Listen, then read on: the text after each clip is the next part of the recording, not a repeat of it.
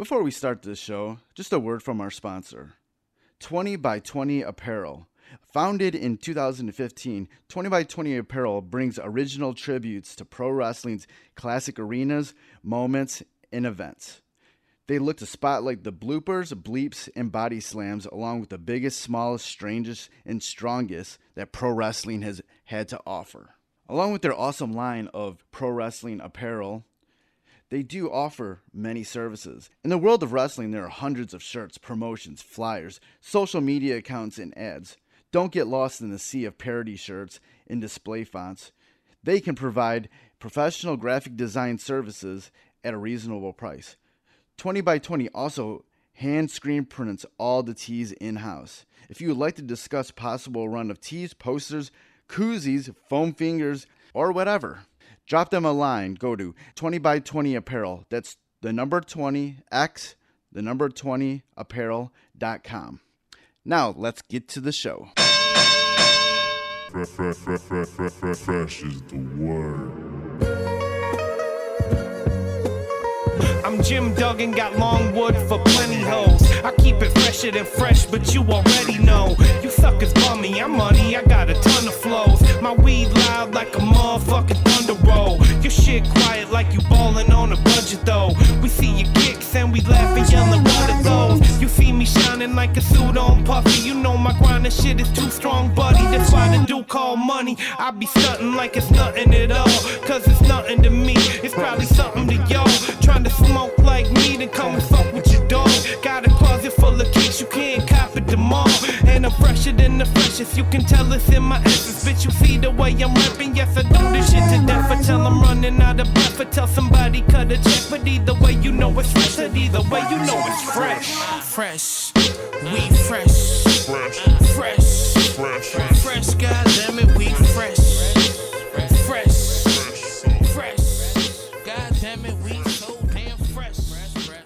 Welcome to the Fresh of the Word podcast. I'm your host, Kelly K. Fresh Frazier, and this is episode 105.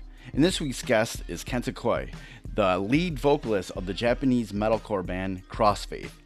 The band that was formed in 2006 just released their fifth studio album, Ex Machina, earlier this year. During our interview, we talked about the band's new album, about Japanese rock culture, the progression of the band, and their connection with their fans, among other things. So let's get into the interview with Kenta Koie from the band Crossfaith. Yeah, to start things off, what does the name of the band Crossfaith mean? Like Crossfaith means like we have like five guys in the band, and like each guy have like different faith for the like music and lifestyle and something like that, and like we are crossing. And we've been making the music, and that's the point. And the point, like faith are crossing. You know what I mean? How would like you describe your sort of contribution to the band when you're speaking about like that cross of faith between all the members of the band?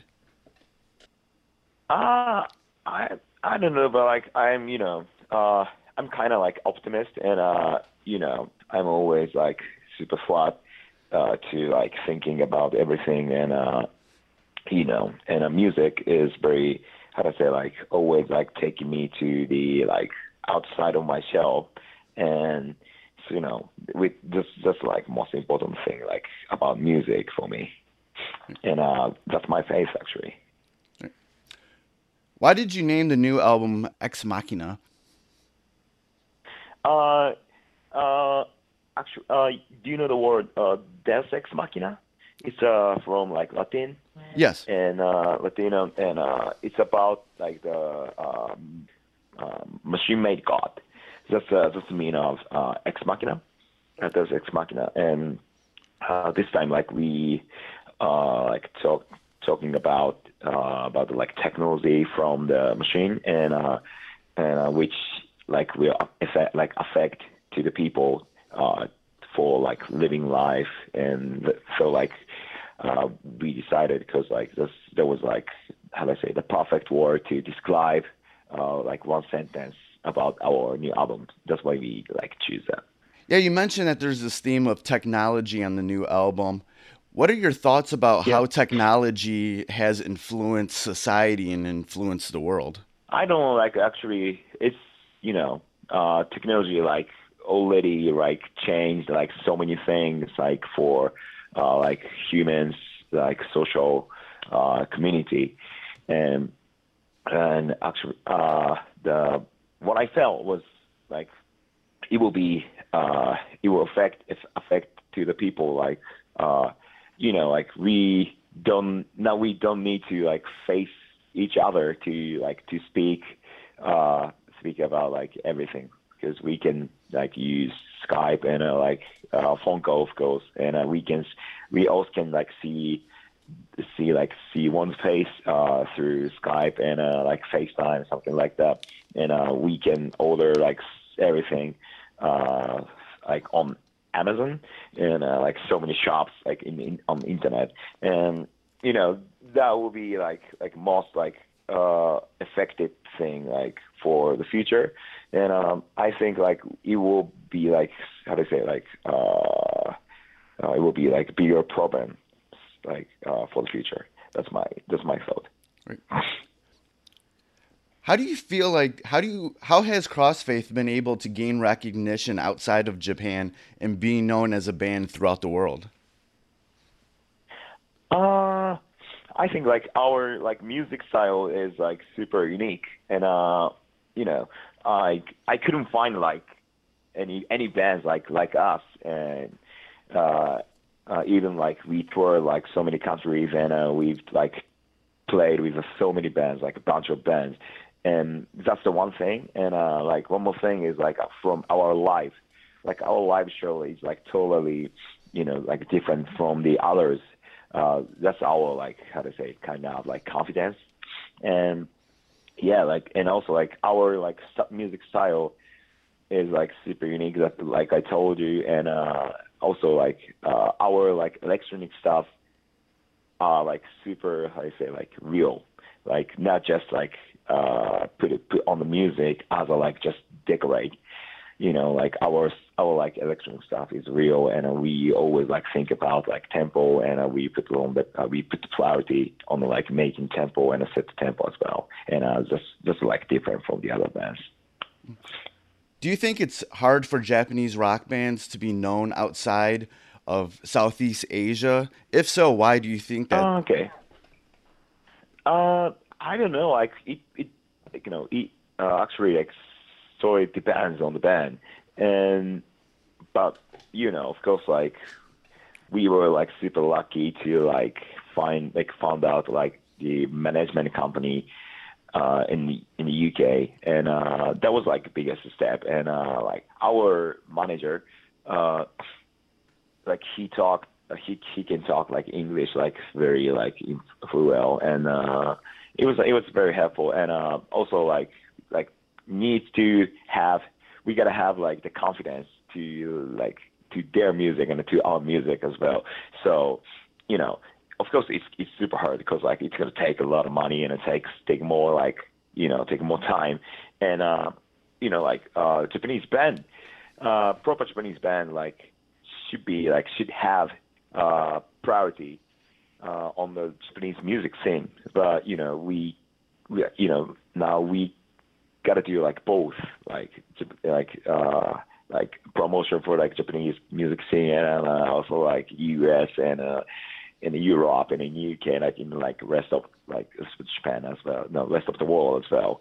So like yeah, it's hard, but we gotta have like attitudes, and we gotta have like all faith to get known like for the world. That's my thought. On the new album, you have a favorite of mine as a guest appearance with Horror. How did you link up with those guys? How did you meet those guys, and why did you want them on the new album? Like first time I heard their music was in a like meeting room, actually. Like our manager like showed their music to us, and like we were like, oh, like they're very cool, like from the music, and fortunately, like we have we were in the same festival in Shanghai, and like we watched the show, and like their live show was like totally insane and super extreme. Yeah. And also like their music style was like super unique, and you know, they're not proper hip hop artists, and or not just like a punk rock band, and you know, sometimes like I can taste like hardcore essence from the music as well, and it's super hard to like categorize their music, and then the biggest reason was we needed the like wildness from the music, like to under our track called Destroy.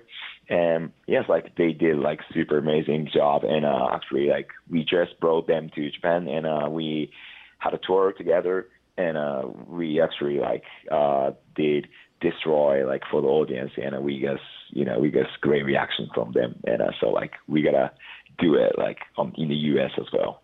Oh, that's awesome. What Yeah. What bands have been influential to the sound of Crossfaith? There's so many actually, and but the biggest influences was Slipknot, of course, and the Prodigy, and the Chemical Brothers, and Killswitch Engage, and Underoath. Like so many, like you know, we mixed metalcore and like electronic stuff. So like, but you know, we all like listen to like so many kind of music as well. Like we listen to like US hip hop, and like also listen to like grime from the UK, and so many music. So you know, it's hard to tell, but yes, like I told you, like Slipknot is some kind of band. Yeah. What is a Crossfaith concert like? Because I know you just released a video for Make a Move, and there's a lot of concert footage on there. How would you describe a Crossfaith concert? It's chaos first, and also it's like a hell, but you know, at the same time, it's super addictive, and yes, and very emotional, and you can find like new feeling from our show. Yeah, you gotta find it. Yeah, you will find it. How do you make sure that you stand out from other bands when you're performing live? I don't know, but we always thinking about the audience, and we always thinking about like like so many types of audiences, because like we were experienced so many European festivals, and it was kind of tough for us to like to shake them up, but you know we tried it better and over again, and then we found out like it's, you know, we gotta feel them, and then they feel us. So like, and like my role in the band is connect them, like connect us and connect them like together. That's like very important thing. And you know, frontman is like totally different, like each of the band, and you know, I'm the one too. So like, you know, it's very important, I think.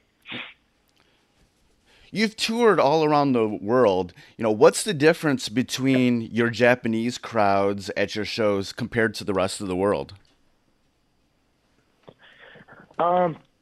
Japanese audience, very, very polite, and they always like more like team up. You know what I mean? Like they are more like, how to say, like tribe.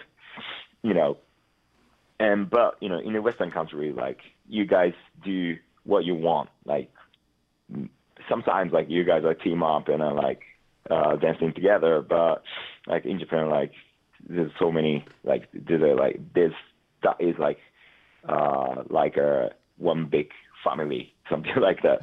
And yes, but you know, basically same. Like basically, you guys are the same, like with Japanese bands. Like both you guys have like both you guys have good passion for the music, and you guys good like hungriness, like to find the music. That's the same thing, I think.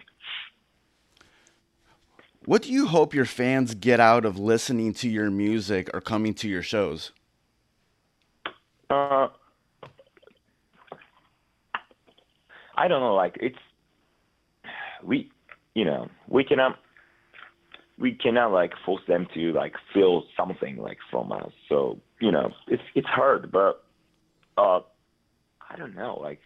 But from our music, I hope like our music will the trigger to like start something like for you guys. That's like one biggest thing, I think. All right, great. Yeah.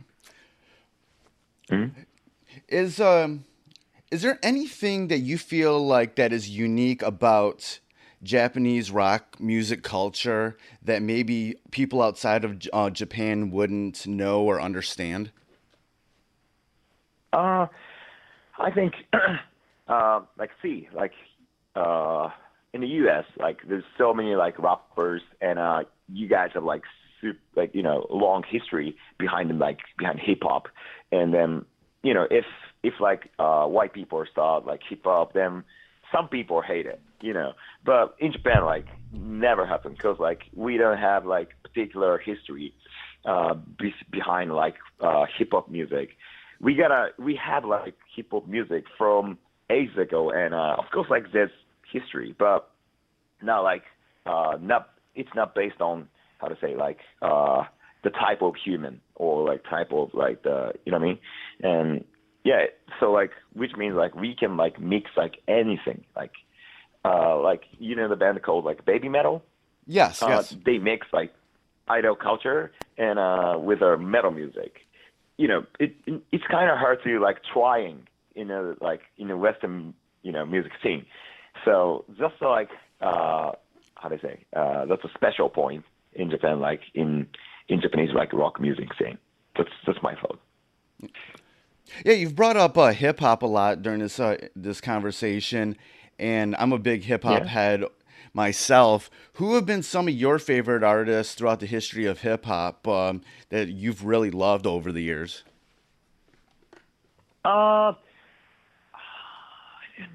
Like I was a big fan of Eminem when I was like junior high, and actually like he was the reason why I like started rapping in a band. And yes, now I listen to Post Malone. Like he's one of my favorite, because like he's from the like rock scene, and he looks so familiar, and like his music just super amazing. And like there's so many hip hop artists in the States, and now they how to say like every single like rappers should be categorized. Just like that's how to say.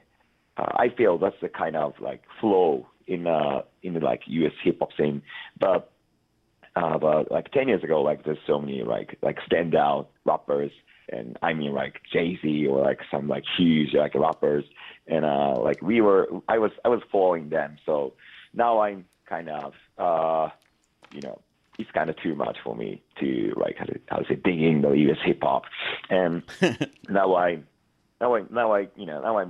more getting to like Japanese hip hop music. So like you gotta check like some Japanese like rappers, and or like I can tell you some like good rappers from Japan as well. Yeah, speaking of that, who are some Japanese music artists or bands or rappers that people should know more about? Firstly, from heavy music, Crystal Lake and like Cold Rain, and they both are like super heavy and super good bands, and you guys will love it. You guys will love them. And from hip hop music scenes, I don't know, like most famous rapper, like young rapper in Japan is Koh, K-O-H-H. He's very good, and actually he did a great. And he's gonna be on the tour with AKA Rising as well, I think, in the States. And yeah, like some rappers, and one of my favorite rapper is called Pumpy, P-U-M-P-E. Okay. Pumpy. His music is super chill and super good flow, but you guys cannot like understand what he's saying, but yeah, you gotta, it's worth to listen to it. Crossfaith has been a band for over a decade now. What is some of your best memories for those early years of the band from 10 plus years ago? The big thing was 2009, back in 2009 maybe, might be 2008, but around there, like that was like first time played on like music, like rock festival, like metal festival in Japan, and which was a biggest metal festival in Japan, and it's called Loud Park, and that was a like how to say turning point for us, because like we were struggling like in a underground music scene and for like 2 or 3 years, and like we were like making our music, and that was a moment to like show them our music, and there was like 3,000 or 4,000 people over there, and like it was definitely like big turning point like for our like career, and it was like 10 years ago. Yeah. What kind of conversations do you have with your fans, whether it's online or in person? What topics do they bring up? What things do they like to talk about with you? It depends, but I don't know. But the Japanese fans like super polite, and they have huge respect mind to their artists, and like some of them like always like waiting for us to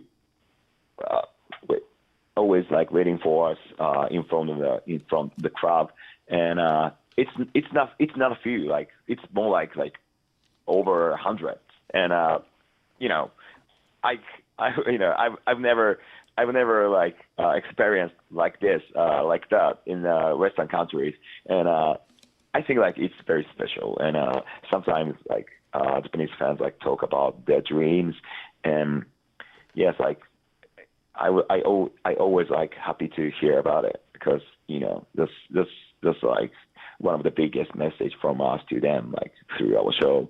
So yes, but some people sometimes like weird, like but but most of them like always like talking about their dreams, and yes, it's super beautiful.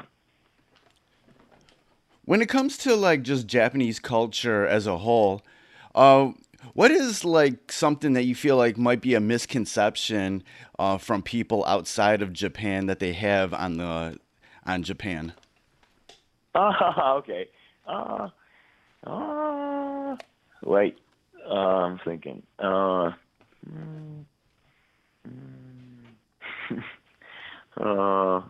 no ninja. There's no samurais anymore.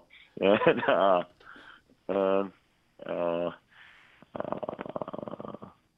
don't know. It's hard. It's hard, but I don't know. But like so many bands from outside of Japan, like thinking about the Japanese audience as like super how to say quiet, but that's not true. Like they're super crazy on the live, and it's kind of trend to doing like wall of death in a show, and yes, mostly same, and that's like one of the biggest like misconception like about Japanese people, I think. One thing about Japan that I absolutely love is I love Japanese wrestling. From New Japan Pro Wrestling to the women's Joshi scene, everything in between. Yeah. Are you a wrestling fan at all? Yeah.